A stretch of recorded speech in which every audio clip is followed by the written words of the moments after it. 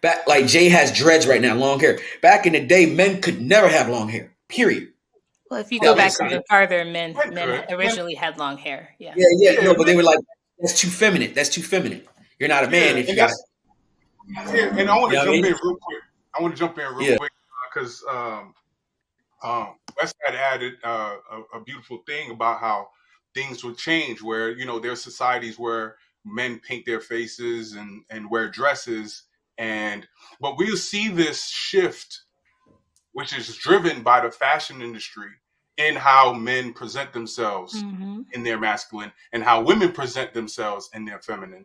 And it changes constantly. I know you also stated that there's this social experiment, and there's a key component behind the social experiment, and that's capital. Can we make money off of the experiences that we're selling? Right? They say that they're selling you an experience with the product that we're putting out there. And we could take a look at the situation with Budweiser right now, hurting. Heads are rolling right now because of what happened with the Dylan Mulvaney, I think that's his name, and they lost billions of dollars because of what they were trying to promote. Because Budweiser is known for pushing the beer towards masculine men, who watch football and basketball and that type of man. You've seen the commercial. The lumberjacks, the Right. the manly wood carving, the cement layers, the brick layers. Yeah. After a hard, hot day in the heat, you grab a Budweiser. It's man's drink. Right. And then now you came and you try to promote a feminine side to it, and that's not what your demographic is known for purchasing. That's not their experience, so they took an L on that. It's all I don't about know what they were trying to do. I don't know what they were trying to do, honestly. Yeah. I don't get it. Yeah, they were trying to be inclusive. I get it, but that's not your customer base right there. They're not into that. That's not what drives them, right? Like I said, it's all about capital, really. I got a question for you guys because I see many parallels between like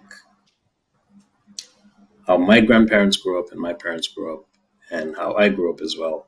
And I think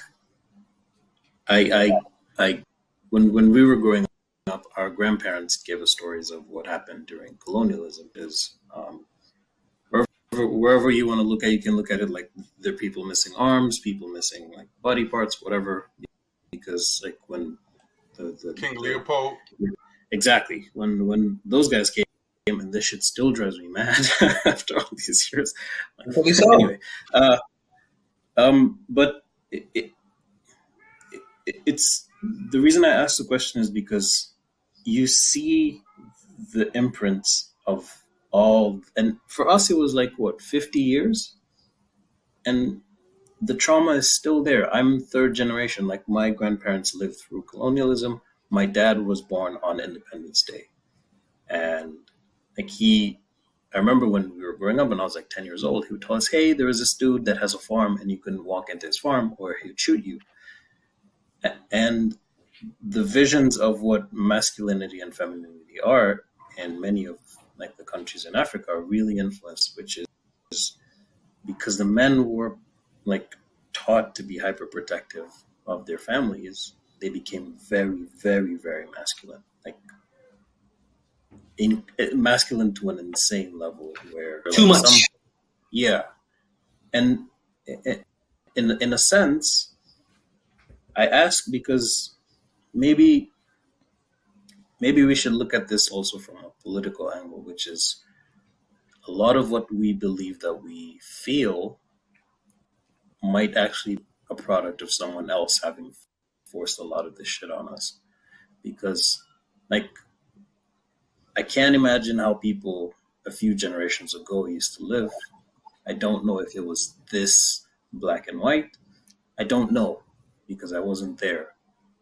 But you can see the trend between like people back then and when all this stuff started and after. And this is the crux of the question, which is for a lot of these countries that have undergone like either colonialism, any kind of subjugation by Western society. Don't you think we've all been in a way to be hyper protective about our gender roles because of basically all the stuff that we've run through?